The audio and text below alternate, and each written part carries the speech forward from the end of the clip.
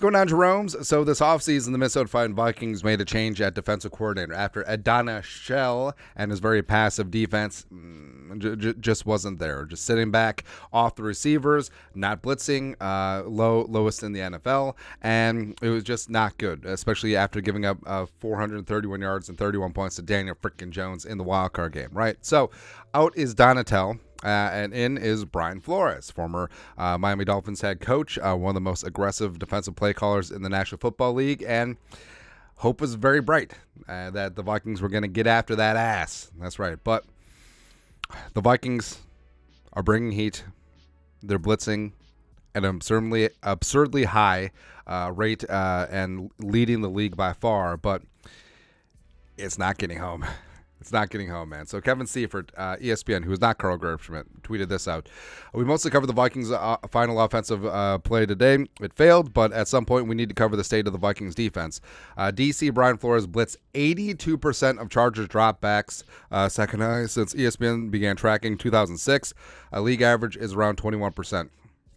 We knew that blitzing would be central to Flores' scheme, but at some point it goes beyond preference and makes you wonder if what the internal assessment is of the Vikings' base personnel, because the blitz was historically ineffective today. Justin Herbert was 32 of 38 for 301 and 3 touchdowns against the blitz, which is not good. It's no bueno.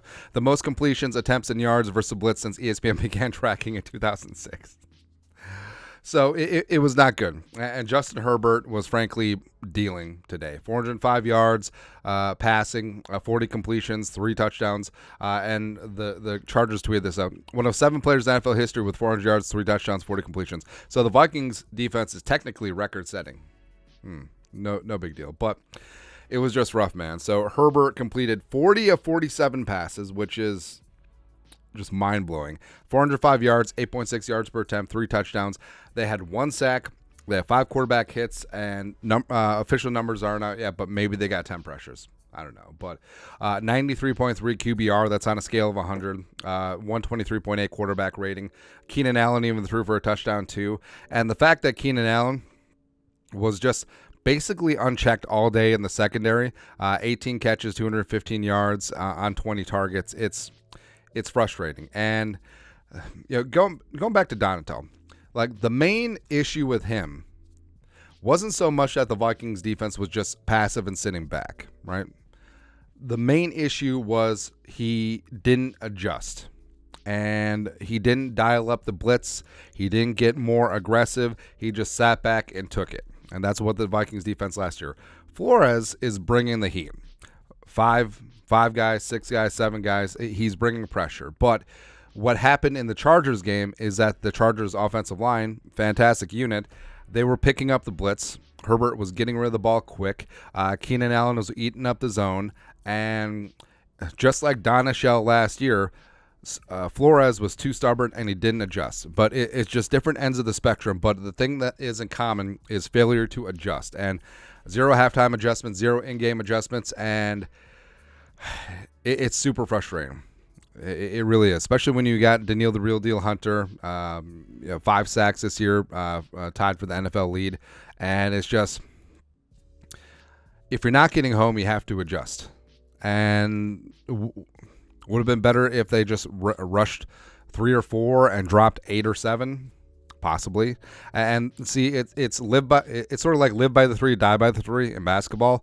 If 3s are hitting, it's great. If they're missing, not so much. And if the blitz is not getting home, say you blitz 5, you only got 6 in coverage. Say you blitz 6, you only got 5 in coverage. Say you blitz 7, you only got 4 in coverage. So if the offensive line is picking things up, and Herbert knows where his keys are and where his hot reads are, and Keenan Allen is just completely devouring what's going on in the back end, I mean, it's going to be a rough day. And it certainly was for the Vikings, and it was from beginning to end, and there wasn't any significant adjustments from Flores. And that's tough. So something's got to happen, man, because the defense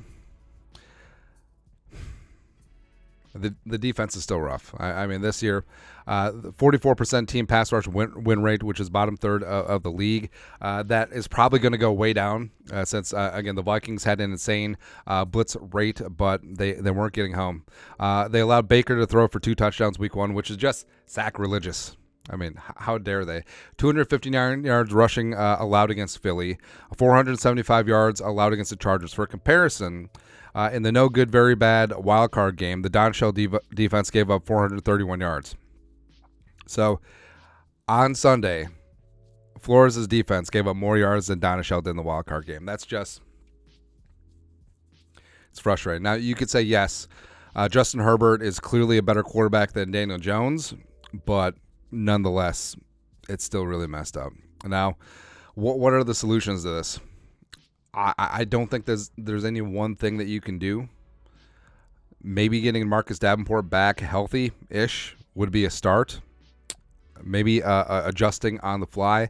Maybe playing a little bit more coverage at times. Maybe running a little bit more disguise as opposed to just mashing the button over and over and over. I don't know, man. But either way, I mean, the defense, you could say it's a lack of top-tier talent outside of Daniil. You could say that it's lack of depth. You could say that it's lack of whatever. But, yeah, the defense hasn't been great so far. And part of it is, yes, the Vikings have turned the ball over prodigiously over the first 3 games, putting the defense in bad spots. And, yes, the defense has gotten some big-time stops as well. But it's death by 1,000 cuts. And, again, the frustration with Donatell is not adjusting. Hopefully the Brian Flores will adjust. He's been known to do that. He just didn't do that on Sunday. So hopefully things do get fixed, man. But your thoughts are thoughts. Vikings did bring the heat indeed on Sunday, but then Justin Herbert ate it up. It's rough, man. Let us know your thoughts and our thoughts in the comment section below. Subscribe for daily Vikings takes. Want to support the work? Put a little something in the Venmo. But till next time, Skol, production value.